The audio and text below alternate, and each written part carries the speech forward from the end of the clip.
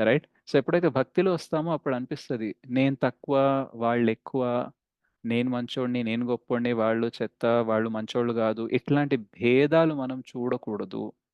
నా జీవితంలో కృష్ణ కృప ఉంది కాబట్టి నేనిలా ఉన్నాను. వాళ్ళ జీవితంలో లేదు కాబట్టి పాపం అలా ఉన్నారేమో.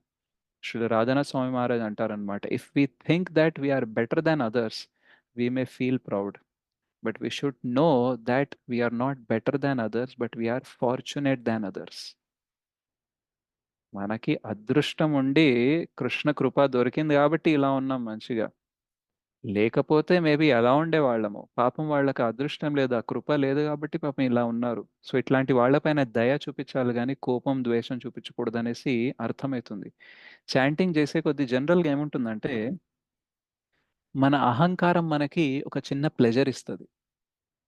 రైట్? వేరే వాళ్ళ ఇగోని హర్ట్ చేసినప్పుడు